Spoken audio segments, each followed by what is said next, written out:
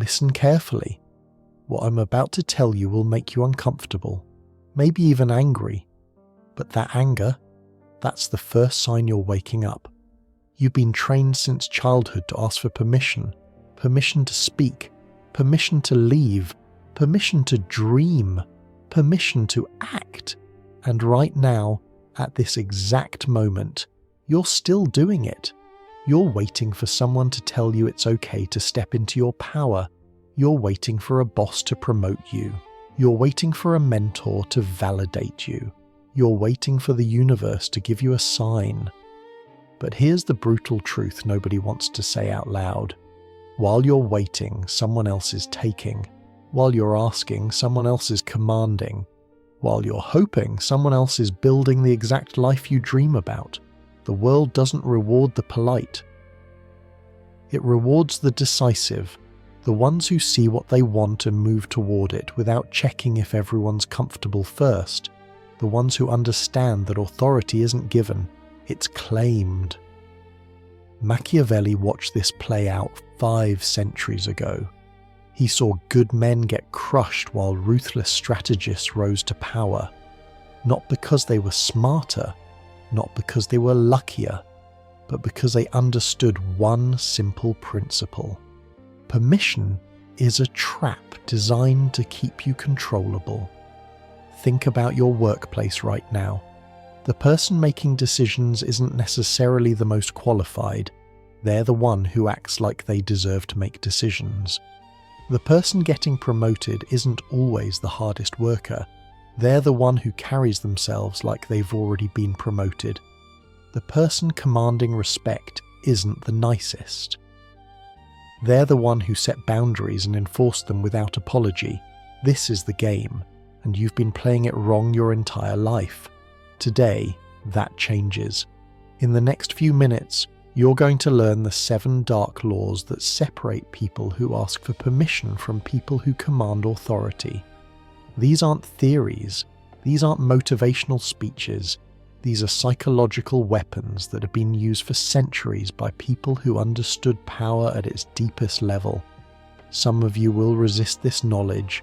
You'll tell yourself you're too moral for this, too nice, too ethical. And that's exactly what they want you to believe.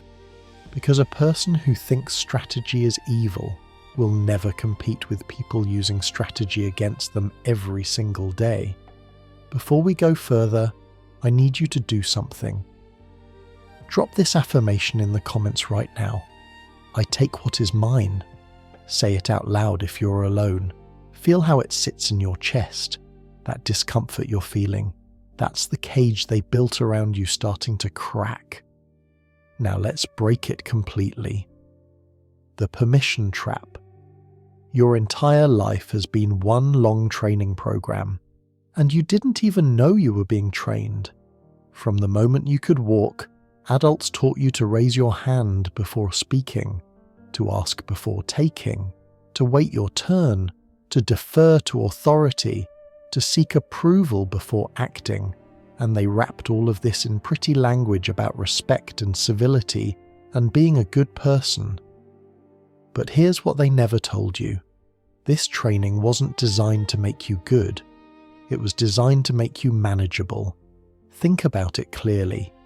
When you ask for permission, what are you really doing? You're handing control of your decisions to someone else. You're saying their judgment matters more than yours. You're admitting they have authority over your choices. You're making yourself subordinate before any hierarchy has been established. This is the first weapon they use against you, and most people never see it because it feels polite, it feels respectful, it feels right. But watch what happens in any workplace. The person who asks, "Can I share my idea?" gets ignored. The person who says, "Here's what we should do," gets listened to. The person who requests permission to lead a project gets passed over. The person who starts leading it without asking gets recognized.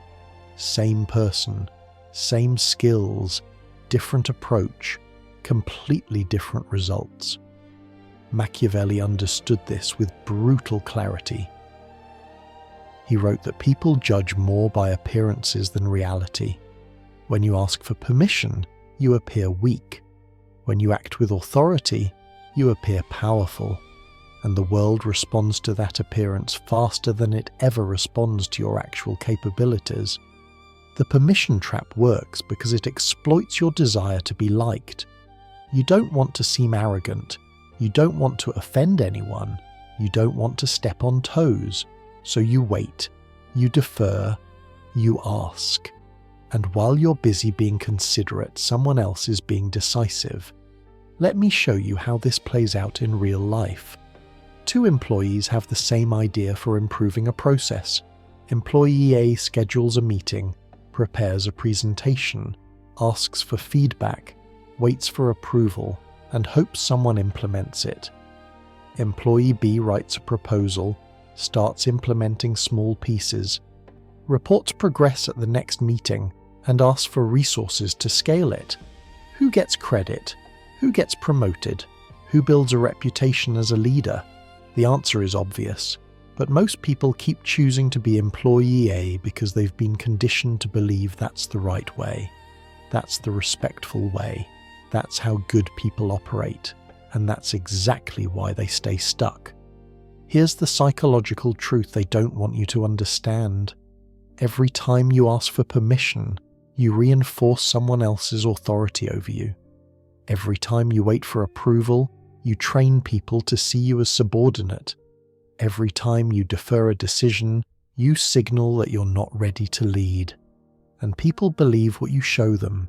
If you show them you need permission, they'll treat you like someone who needs permission.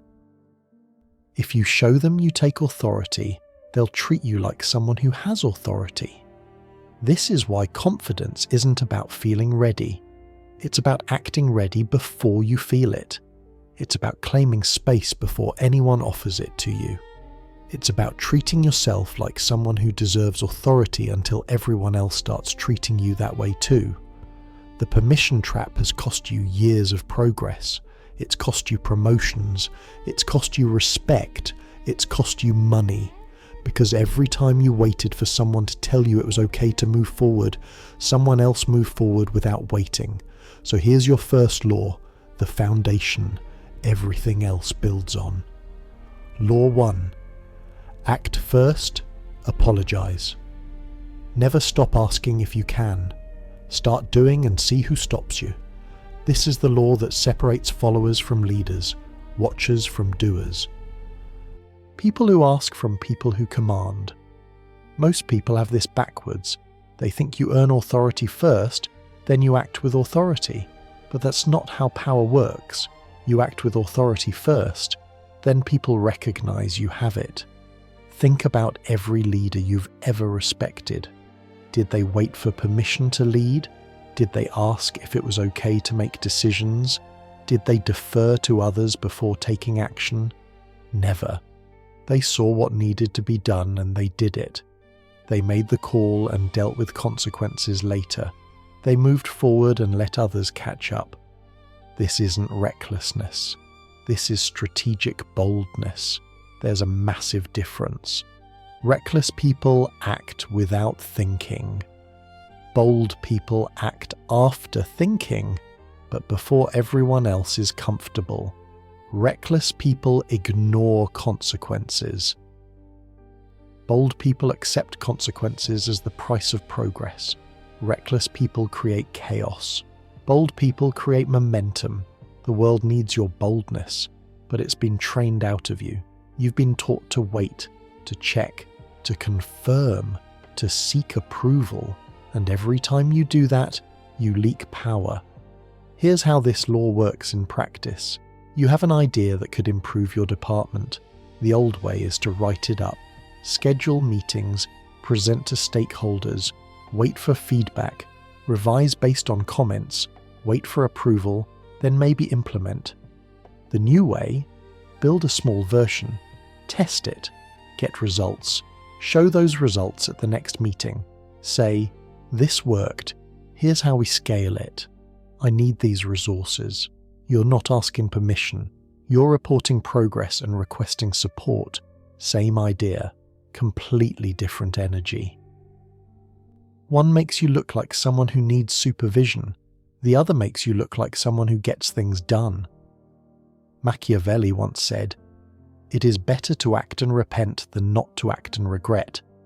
He understood that history remembers people who moved, not people who waited for the perfect moment. But here's where most people get stuck. They're afraid of being wrong. They're afraid of failure. They're afraid someone will call them out for overstepping. So they stay safe. They stay small. They stay stuck. Let me tell you something about failure. Failure from action builds respect. Failure from inaction builds nothing. When you try something and it doesn't work, people remember you tried. You're the person who takes initiative.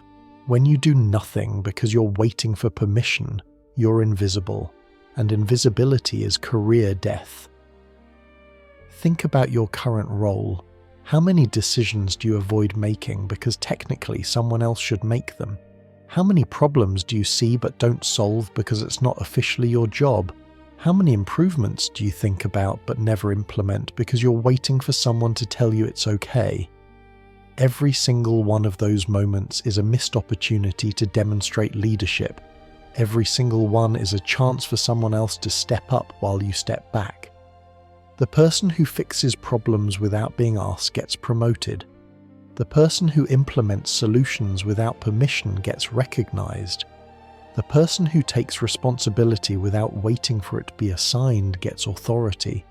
This is how power actually works. Not through titles, not through org charts, not through official channels. Through demonstrated capability and decisive action. Now, I'm not telling you to be stupid. You don't ignore your boss. You don't violate company policy. You don't create chaos just to seem bold. That's not strategic. That's self-destructive. What I'm telling you is this. Within your sphere of influence, act like you're already in charge. Make decisions at your level without checking with 3 people first. Solve problems without waiting for someone to assign them. Implement improvements without asking if everyone's comfortable. And here's the key. Do it with confidence, not arrogance, not aggression. Just calm certainty that what you're doing is right. When someone questions you, your response isn't defensive, it's simple. I saw an opportunity to improve things. I took it. Here are the results. You're not apologizing. You're not explaining yourself like you did something wrong. You're reporting what you accomplished. This shift in energy changes everything, because when you act first, you control the narrative. When you apologize never, you maintain frame. When you demonstrate results, you build undeniable credibility.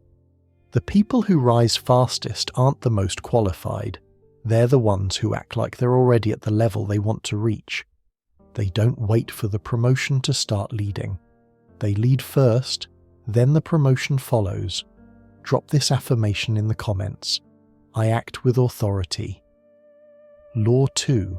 Create your own opportunities. Stop waiting for doors to open. Build your own doors. This is where most people lose the game without even realizing they're playing. They sit around waiting for opportunities to appear. Waiting for someone to notice them. Waiting for the perfect moment. Waiting for conditions to be ideal. And while they wait, someone else is creating, building, moving, taking. Here's the truth about opportunities. They don't fall from the sky. They're not randomly distributed. They're not given to the most deserving. Opportunities go to the people who create them or position themselves to capture them when they appear. Think about the last time someone got promoted in your company. Did they sit quietly doing good work and hope someone noticed? Or did they make their work visible? Did they volunteer for high-profile projects? Did they build relationships with decision makers?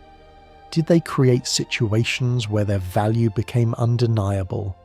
The second person got promoted. the first person is still wondering why hard work isn't enough. Because hard work alone is invisible, skill alone is invisible, potential alone is invisible. You can be the most talented person in the building, but if nobody knows it, it doesn't matter. This is the game nobody teaches you. Creating opportunities isn't about luck. It's about strategy. It's about positioning. It's about making yourself impossible to ignore. Machiavelli once said, "Entrepreneurs are simply those who understand that there is little difference between obstacle and opportunity and are able to turn both to their advantage. The people who win are the ones who see obstacles as raw material for building their next move. Let me show you how this works. You want a promotion, but your boss says there's no budget. The average person accepts this and waits. The strategic person says, what if I took on additional responsibilities now and we formalize it in the next budget cycle? They're creating the opportunity by removing the obstacle. You want to switch departments, but there are no openings. The average person checks the job board every week and hopes. The strategic person talks to the department head, learns what problems they're facing, offers to help on a project, demonstrates value, then asks about opportunities when they've already proven they can contribute. Same goal, completely different approach. One person waits for permission, the other creates the conditions where saying yes is the obvious choice. This applies to everything. You want more responsibility? Don't ask for it. Start taking it. Handle things before anyone assigns them. Solve problems before they escalate. Make decisions in the grey areas where nobody's clearly in charge. You want visibility with leadership? Don't wait to be invited to meetings. Create reasons for them to interact with you. Send strategic updates. Share insights. Ask intelligent questions. Position yourself as someone valuable. You want to build your income outside of salary. Don't wait until you have time. Create small income streams now. Test ideas. Build assets. Every hour you wait is an hour someone else is building what you're dreaming about. The pattern here is clear. Strategic people don't ask, how do I get X? They ask, how do I create the conditions where X becomes inevitable? This is advanced thinking. This is how powerful people operate. They don't hope for good things. They engineer situations where good things are likely to happen. But here's where most people get stuck. They think this is manipulative. They think this is playing politics. They think good work should speak for itself. And that's exactly why they stay stuck. Because the world doesn't work that way. Good work is necessary but not sufficient. You need good work plus strategic positioning, skills plus visibility, capability plus opportunity creation. Think about it this way. You can have the best product in the world, but if nobody knows it exists, you sell nothing. You can be the best employee in the company, but if leadership doesn't know your value, you get passed over. Skill creates potential. Strategy converts potential into results. The people who understand this build careers that look like luck to everyone else, but it's not luck. It's relentless opportunity creation. It's constantly asking, where's the gap I can fill? What problem can I solve? How can I make myself essential? And here's the beautiful part. Once you start thinking this way, opportunities multiply, because you're not waiting for one perfect door. You're building multiple doors simultaneously. Some won't open, that's fine, others will. And when they do, you're ready because you positioned yourself to capture them. Machiavelli understood that fortune favors the bold. But boldness without positioning is just noise. Real power comes from bold action in strategic positions. So stop waiting. Stop hoping. Stop checking job boards and watching others rise while you wonder when it's your turn. Your turn is now, but only if you create it. drop this affirmation in the comments. I build my own doors. Law 3. Value yourself before others. Do your worth isn't determined by what they offer, it's determined by what you demand. This is the law that changes everything about how you negotiate, how you interact, how you present yourself, and most people violate it every single day without realizing the cost. Here's how it usually works. Someone offers you a salary, you take it. Someone offers you a role, you accept. Someone offers you terms, you agree. You're grateful they chose you. You're thankful for the opportunity. You're happy to have been selected. And in that moment, you locked in your value at whatever they decided it should be. Now watch what happens to the person who operates differently. They get an offer. They say, that's interesting. Based on the value I bring, here's what makes sense for me. They don't take the first number. They don't accept terms without negotiation. They don't show gratitude before establishing value. Two people, same skills, same role. One makes 30% more than the other, not because they're better, because they valued themselves first. This is the psychology most people completely miss. When you accept what's offered without question, you signal that you're not sure you're worth more. When you negotiate confidently, you signal that you know your value and you expect others to meet it. And people believe what you show them. If you show them you're worth 50,000, that's what you get. If you show them you're worth 70,000, suddenly that number becomes possible. Machiavelli once said, "The lion cannot protect himself from traps, and the fox cannot defend himself from wolves. One must therefore be a fox to recognize traps, and a lion to frighten wolves." You need the fox's intelligence to see when you are undervaluing yourself, and you need the lion's presence to demand what you're worth. Let me be brutally clear about something. Every single time you accept less than your worth, you train people to value you less. Every time you don't negotiate, you leave money on the table. Every time you take what's offered without question, you reinforce the idea that you're not worth more, and that pattern compounds. The salary you accept today determines your raises tomorrow. The terms you agree to now set the baseline for future negotiations. The way you value yourself right now impacts your earning potential for years. Think about someone in your workplace who commands high pay. Are they necessarily better at the job, or are they better at conveying their value? Do they have more skills, or do they present those skills with more confidence? Most of the time it's the second one. They're not dramatically more talented. They just refuse to be undervalued. They negotiate every offer. They push back on low numbers. They make it clear that access to their skills costs a certain amount, and companies pay it because that confidence signals quality. This is the part that's hard for good people to accept. You've been taught that humility is virtue, that asking for more is greedy, that you should be grateful for what you get. And all of that makes you easy to underpay. Because here's what companies know. Most people won't negotiate.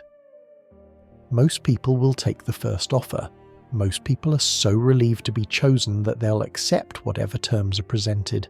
And companies use that psychology to save money on every single hire. The cost to you? Tens of thousands over the course of a career. Maybe hundreds of thousands, all because you didn't value yourself first. So how do you fix this? You start by changing one simple belief.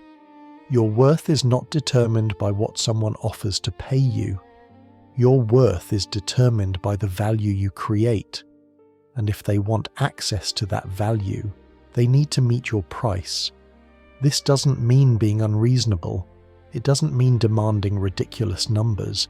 It means knowing what you bring to the table and refusing to discount it just because someone lowballs you. When someone makes an offer, your response isn't "thank you so much." Your response is "let me think about that." You pause, you consider, you come back with what actually makes sense for the value you provide, and you do it calmly, professionally, without apology. Most people are terrified to do this. They think the offer will disappear. They think they'll seem difficult. They think they'll lose the opportunity. But here's what actually happens. The company respects you more. Because you just demonstrated that you know your value.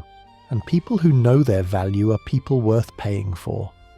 The ones who lose out are the ones who seem desperate, who take whatever's offered, who don't negotiate because they're just grateful someone wants them. That gratitude cost you money. That relief cost you leverage. That fear of losing the opportunity cost you long-term earning potential. Drop this affirmation in the comments. I set my own worth. Law 4. Control the narrative. He who controls the story controls the outcome.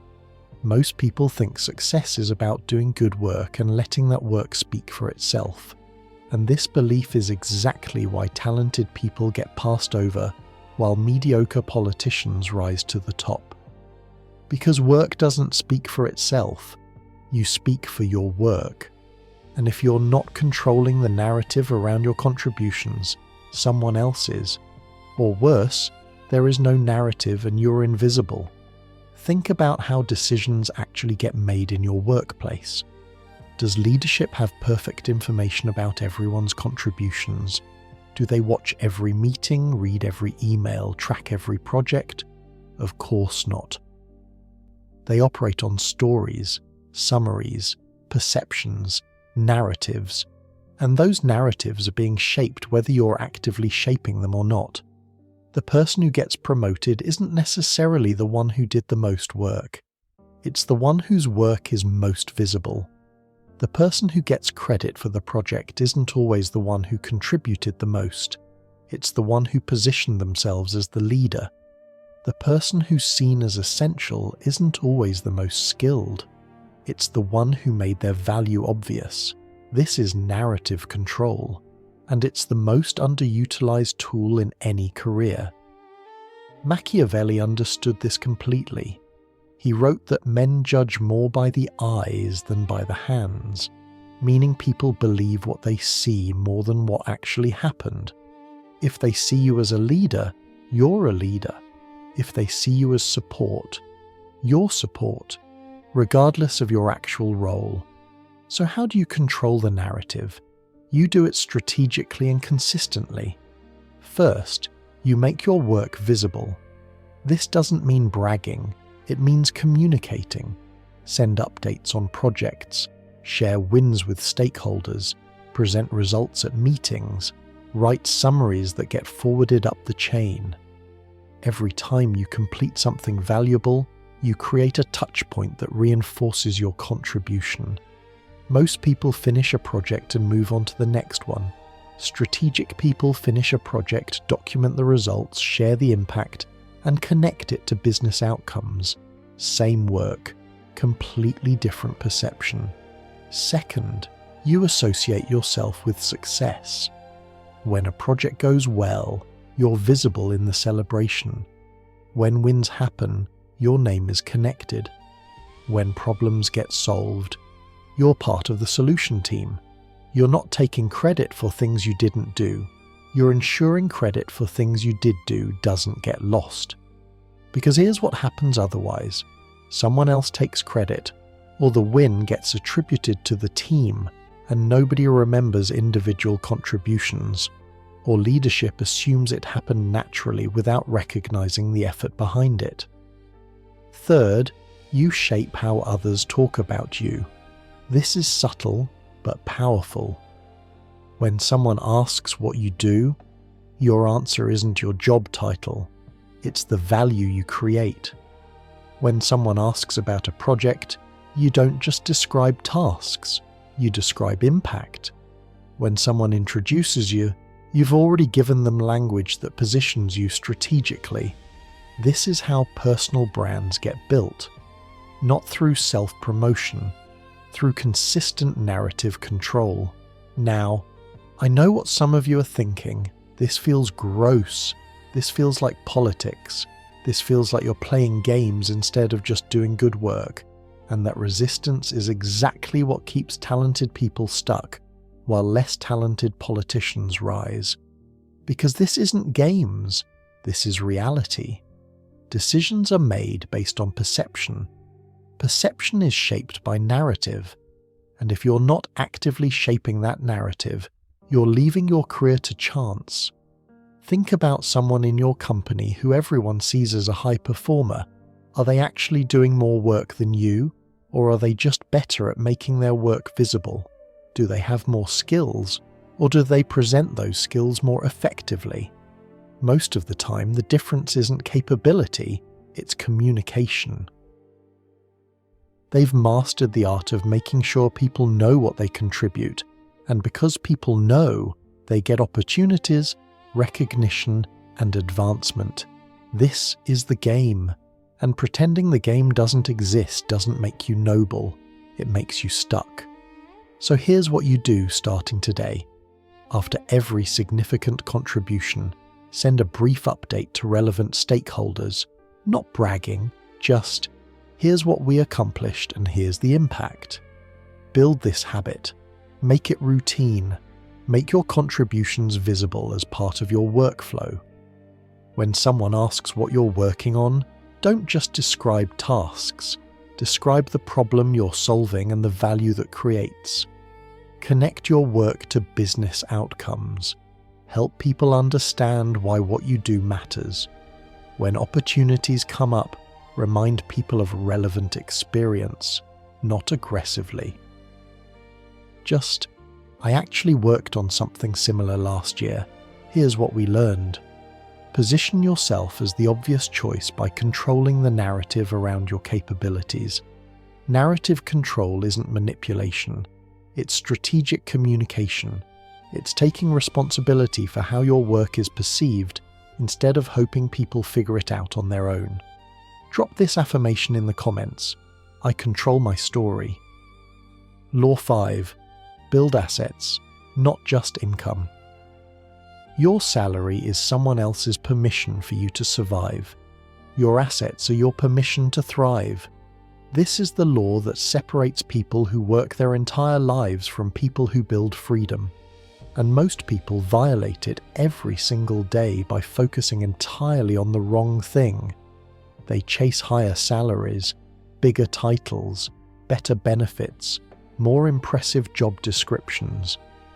And all of that keeps them dependent on someone else's decision to keep paying them. But the person who understands power, they use their salary to build assets. They turn income into ownership. They convert paychecks into systems that generate money without their constant time input. Because here's the brutal truth about salary. No matter how high it goes, it caps your earning potential at the number of hours you can work. You sell time for money, and time is the one resource you can't create more of. But assets multiply, they compound, they work while you sleep, they create money without requiring your direct time input. They turn $1 into many dollars over time. This is how wealth actually gets built, not through high salaries, through asset accumulation. Machiavelli once said, "Entrepreneurs are simply those who understand that there is little difference between obstacle and opportunity and are able to turn both to their advantage. The obstacle is that salary alone won't make you wealthy. The opportunity is using that salary strategically to build what actually creates wealth." Let me show you what this looks like in practice. Two people make the same salary. Person A spends it all maintaining a lifestyle. Nice apartment, new car, regular vacations, expensive dinners. They look successful, but they're broke. Because every dollar that comes in goes right back out. Person B lives below their means. They take a portion of every paycheck and invest it.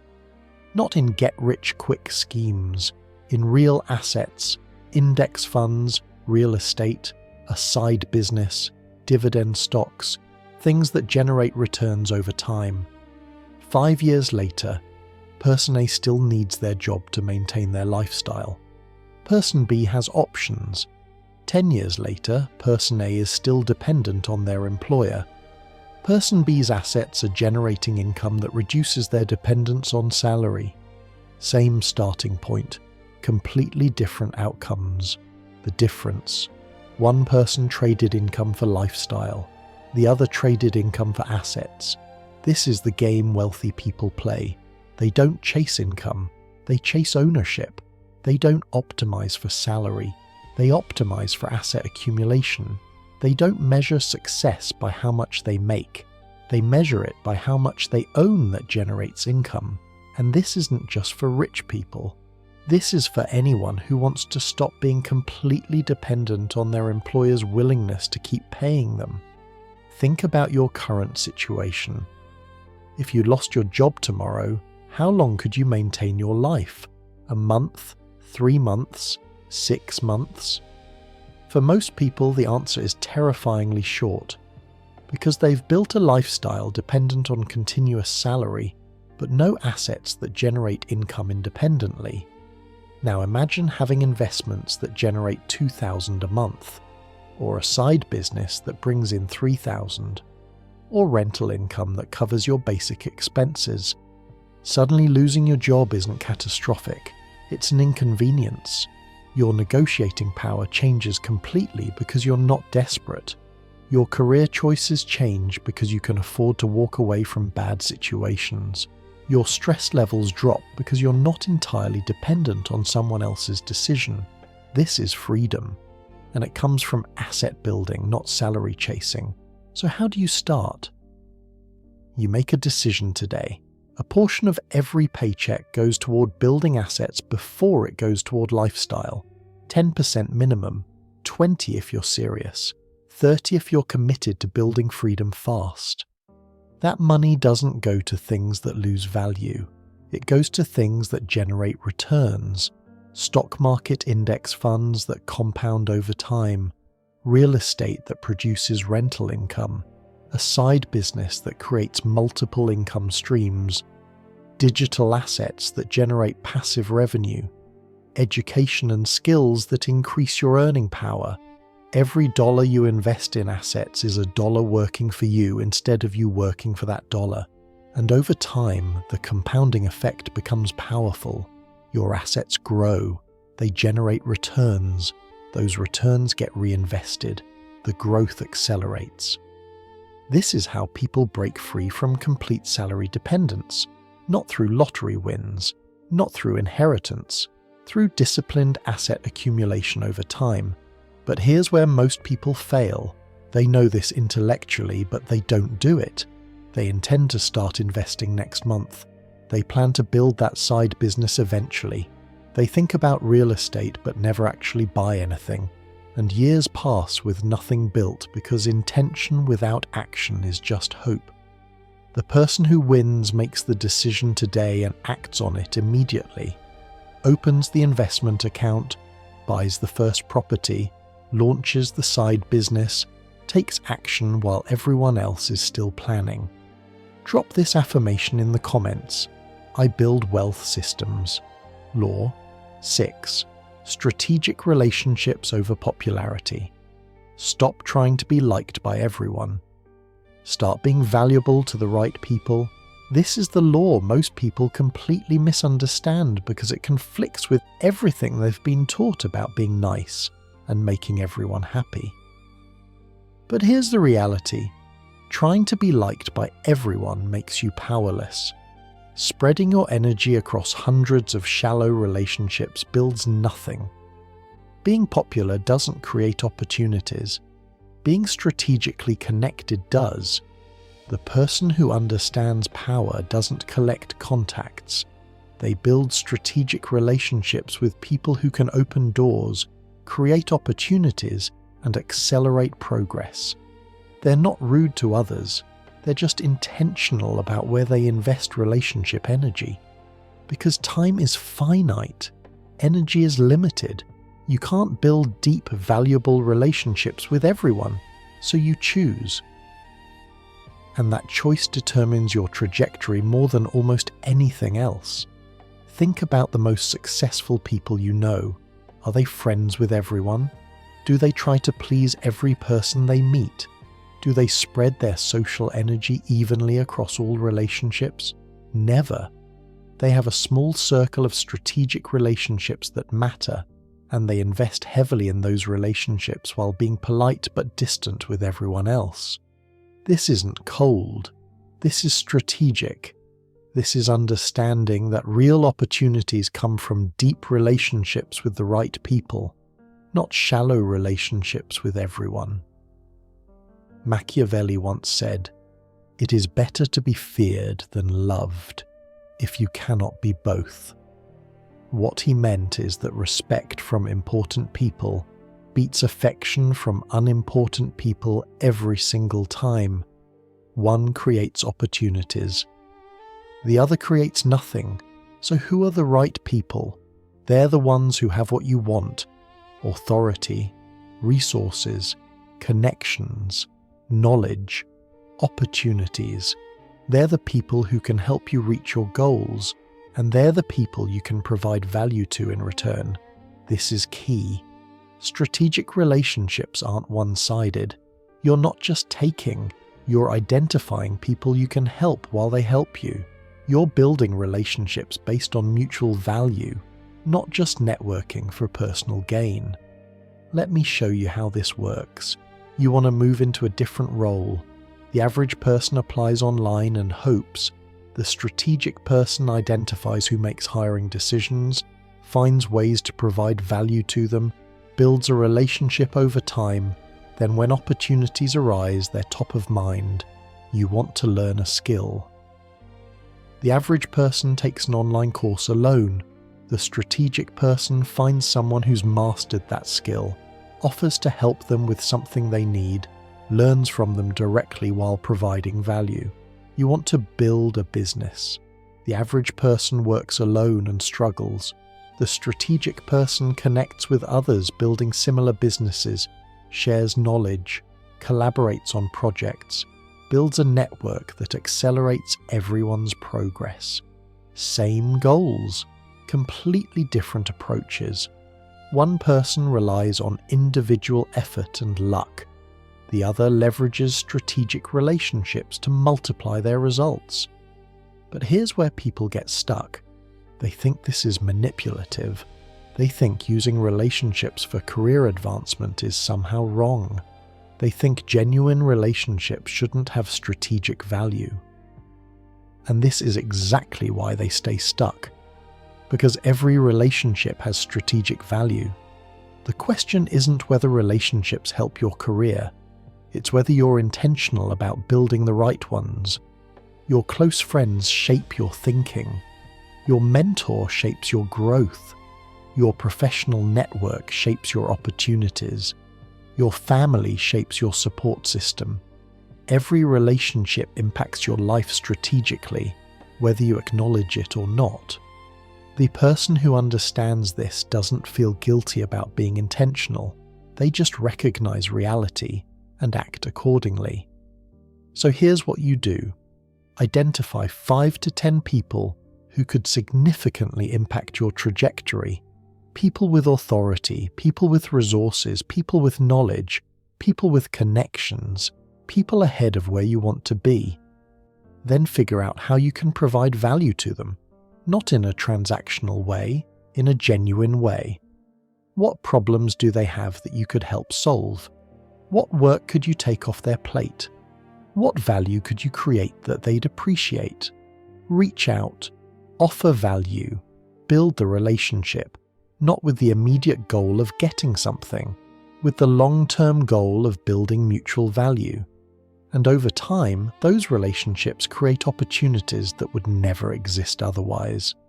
This is how power actually builds, not through hundreds of LinkedIn connections, through deep relationships with strategic people who know your value and think of you when opportunities arise. Drop this affirmation in the comments. I build power networks. Law 7. Exit plans over loyalty.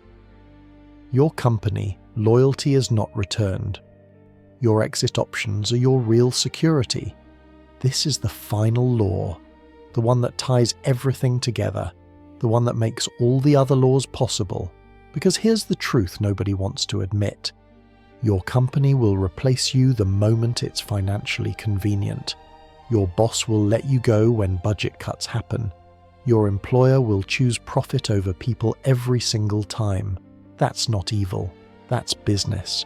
But you've been taught to be loyal, to stay with one company, to build your career in one place, to show commitment through years of service. And that loyalty, it's completely one-sided. The company you're loyal to will fire you in an email. The boss you're loyal to will choose their career over yours. The organization you've given years to will forget you exist within weeks of you leaving. This isn't cynical. This is reality. And the person who understands this builds accordingly. They don't build their career around one employer. They build skills that transfer. They don't make themselves dependent on one income source. They build multiple streams.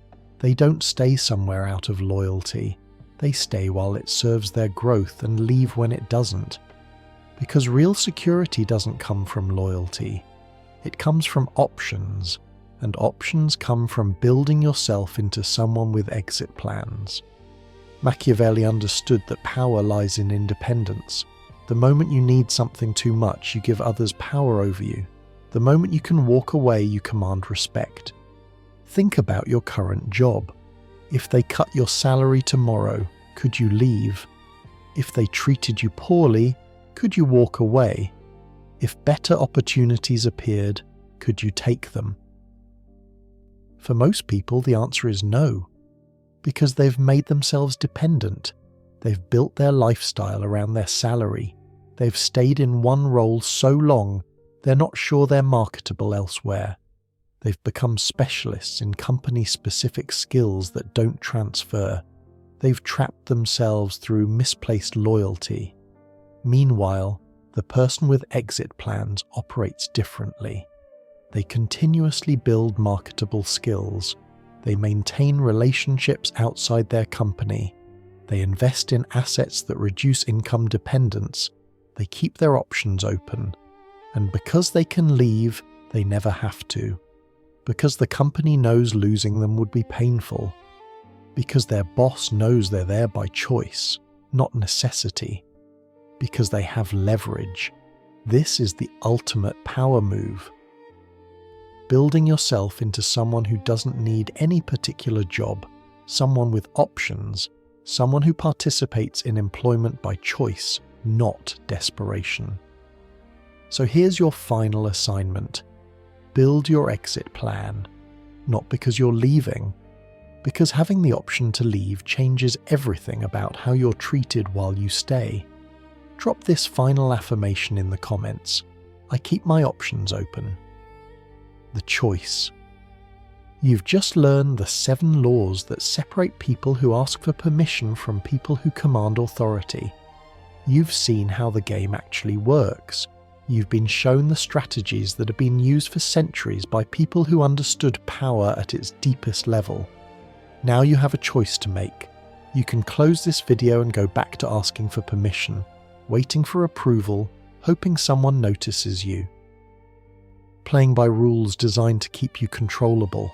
Or you can decide today that you're done asking, you're done waiting, you're done hoping. You're ready to claim the authority you've always deserved but were taught to request. The tools are in your hands, the laws are clear. The only question is whether you'll use them. Because while you're deciding, someone else already is. While you're thinking about it, someone else is taking action. While you're worried about being too aggressive, someone else is claiming the opportunities you're leaving on the table. The world doesn't wait for you to feel ready. It rewards the ones who move anyway. So make your choice. Not tomorrow, not next week, right now. Are you going to keep asking for permission? Or are you going to take the authority that's been waiting for you all along? If this video changed how you see power, hit that like button. If you know someone still asking for permission when they should be commanding respect, share this with them. And if you want more strategies that cut through the noise and show you how the game actually works, subscribe and turn on notifications. Remember, authority isn't given, it's claimed. And every moment you wait is a moment someone else is taking what could be yours. The game is already being played. The only question is whether you're a player or a pawn. Your move. Drop this in the comments one final time. I take what is mine.